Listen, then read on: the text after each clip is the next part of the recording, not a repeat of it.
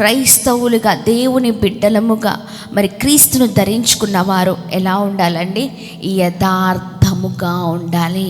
ప్రతి విషయములో ఇవి చిన్నవే కానీ చాలా కష్టతరమైనవి, అవునా? ఈ వర్డ్స్ అన్ని చాలా చిన్నవే కానీ చాలా కష్టము పాటించడం.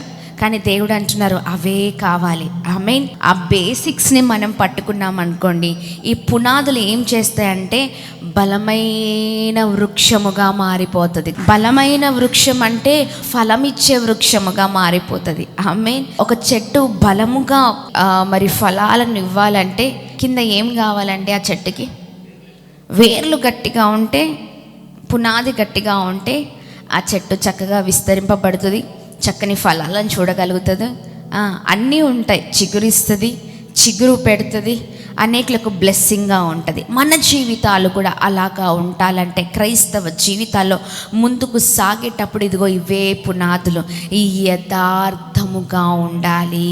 హల్లెలూయా.